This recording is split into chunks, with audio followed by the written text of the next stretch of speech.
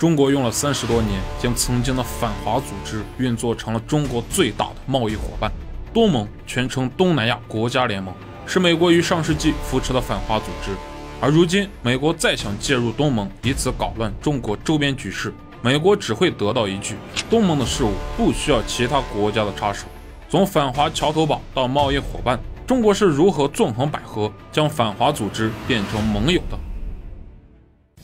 东盟最初有5个国家，于1967年成立。最初成员国有马来西亚、泰国、新加坡、菲律宾和印尼。先来说马来西亚，马来西亚当时领导人是东姑，其最大的政敌就是马来西亚共产党，所以东姑是典型的反共领导人。泰国当时领导人是他农吉里卡宗，不折不扣的亲美独裁者，他将共产主义视为最大的威胁。越战期间公开支持美国，并允许美国在泰国建立后勤基地。新加坡当时的领导人李光耀在公开场合从不说中文，并表示自己只是长着中国面孔的外国人。菲律宾算是典型的亲美国家，一直跟在美国后面搞小动作，并且在越战中派出军队参战。最后一个印尼，当时领导人是苏哈托，简直不当人，上任后一直搞大清洗，目标直指印尼共产党，并且在任期间多次挑起屠华事件。1965年发生的排华事件，造成成千上万的华人华侨惨遭迫害。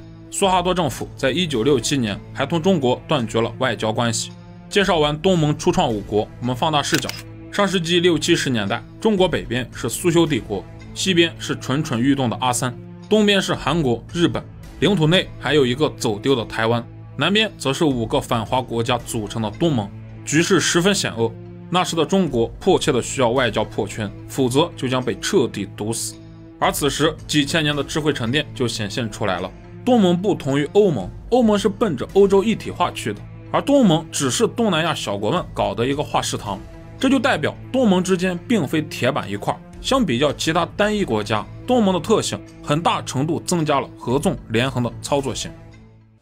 1991年7月，机会来了，中国应东盟邀请